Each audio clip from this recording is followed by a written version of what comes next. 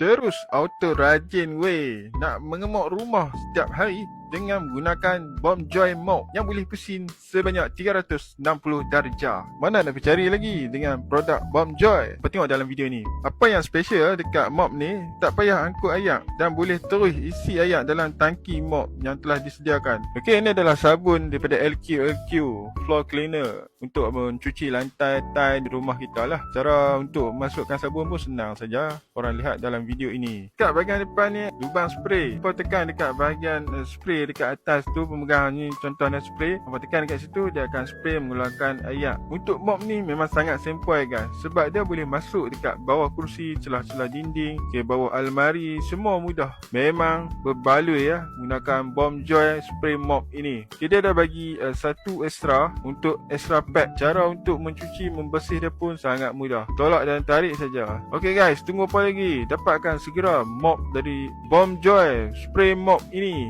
Saya dah letak dekat dalam beg kuning.